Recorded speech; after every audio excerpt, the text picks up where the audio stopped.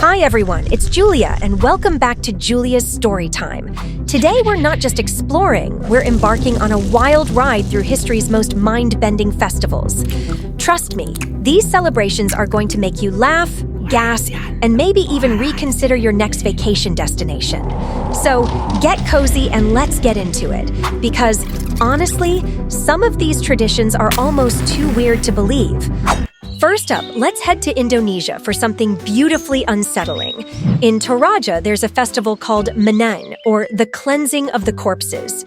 Every 3 years, families literally dig up their deceased loved ones, not to rebury them, but to clean and dress them in new clothes.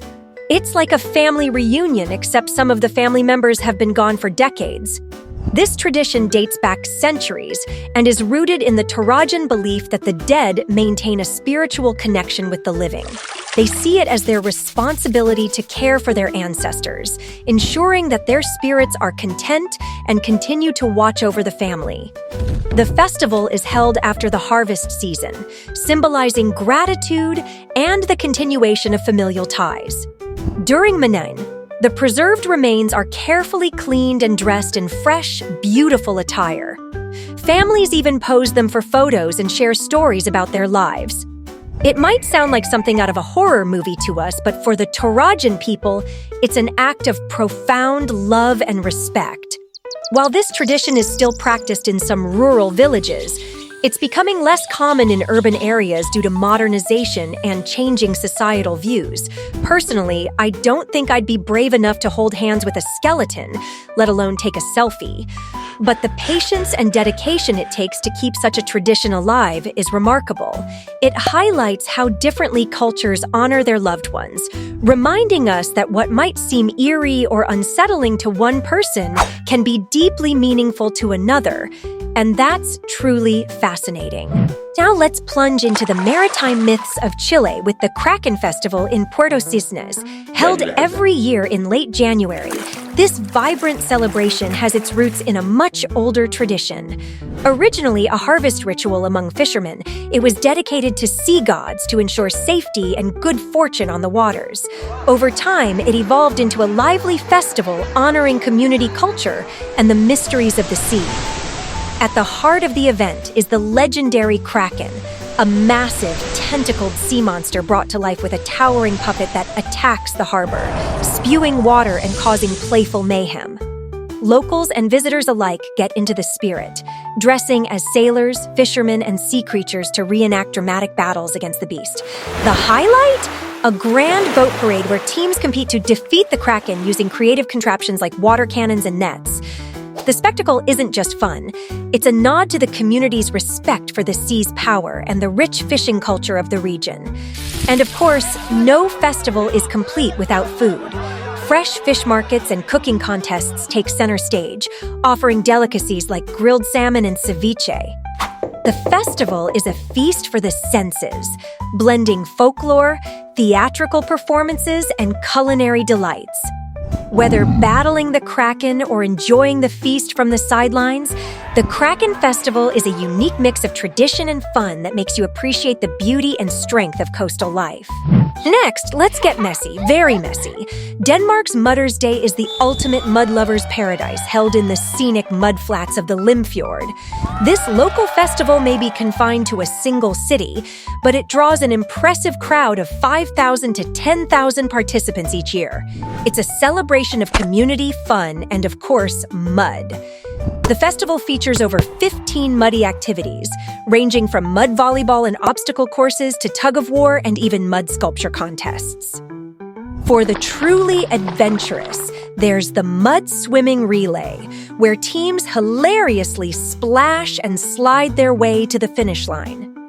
Events are open to everyone, with categories for individuals and teams, and even kid and senior-friendly activities to make sure no one is left out of the fun.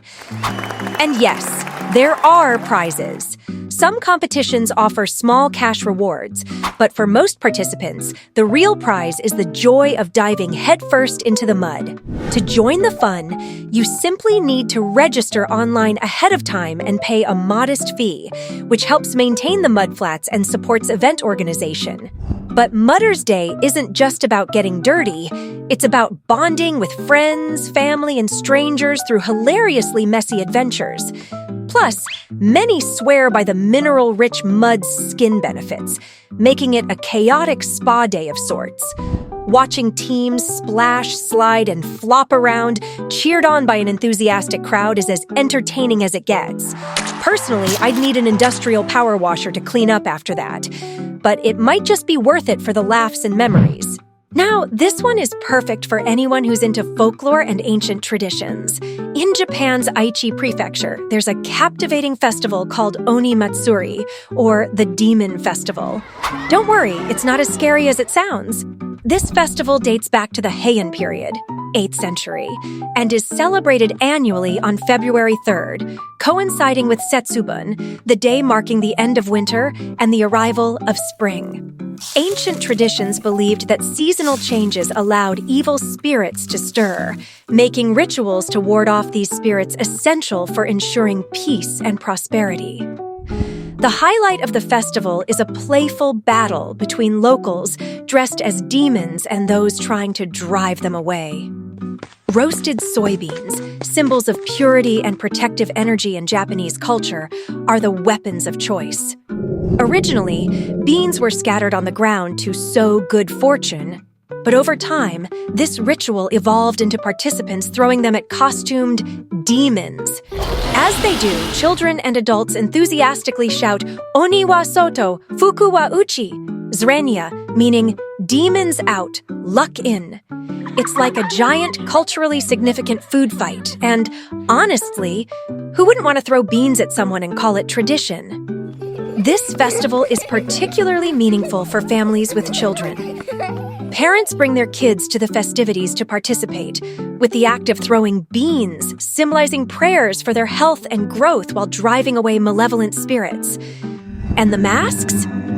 Absolutely stunning. These handcrafted demon masks feature bold reds, menacing fangs, and sharp horns, symbols of power and danger.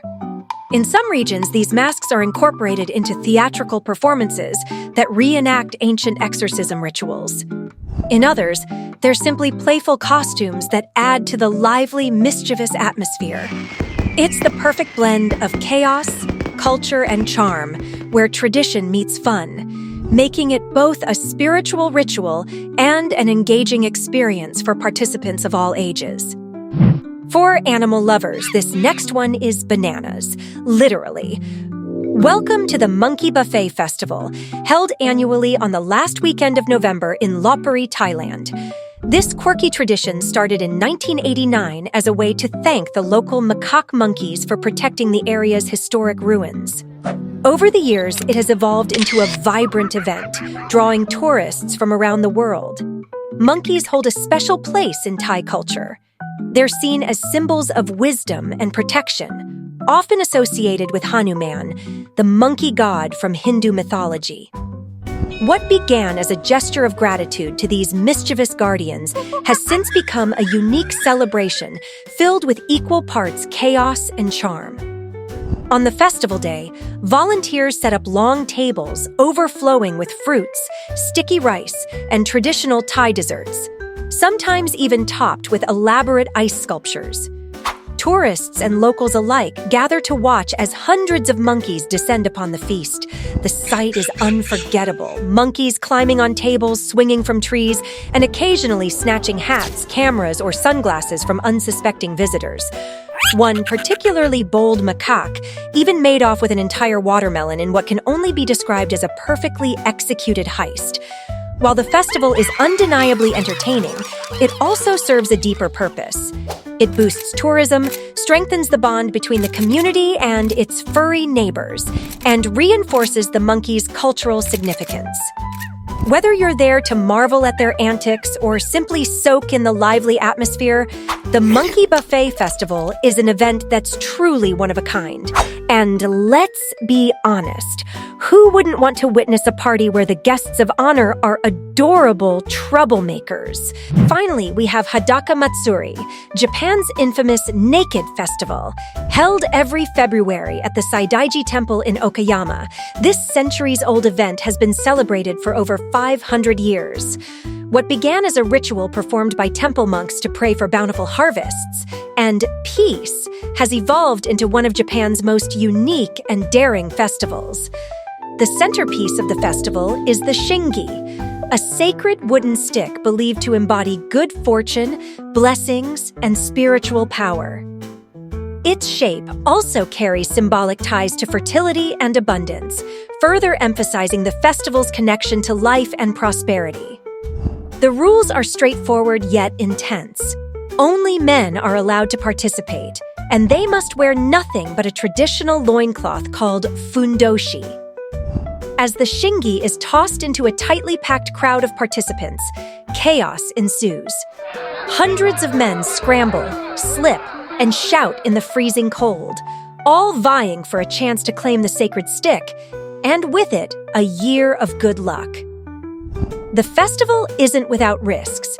Accidents such as sprains, falls, and even rare fatalities have occurred over the years, despite rules prohibiting hiding or outright fighting during the scramble. Still, the sheer determination and energy of the participants make it a spectacle like no other. Would I join in? Probably not. I'm much more comfortable watching from the sidelines, bundled up in a cozy blanket. But witnessing this extraordinary display of courage, camaraderie, and chaos, absolutely worth it. And that's it for today's tour through some of the world's most bizarre and brilliant festivals. So tell me, if you could crash one of these celebrations, which one would it be? Drop your answers in the comments. I'm dying to know what you think. And hey, if you've ever been to a festival that's just as wild as these, spill the tea. I might just add it to my next episode. As always, don't forget to like, subscribe, and ring that notification bell so you don't miss out on any of the weird, wonderful, and wacky stories we uncover here on Julia's Storytime. Until next time, stay curious, keep exploring, and maybe start practicing your mud volleyball moves. You never know. Bye, guys.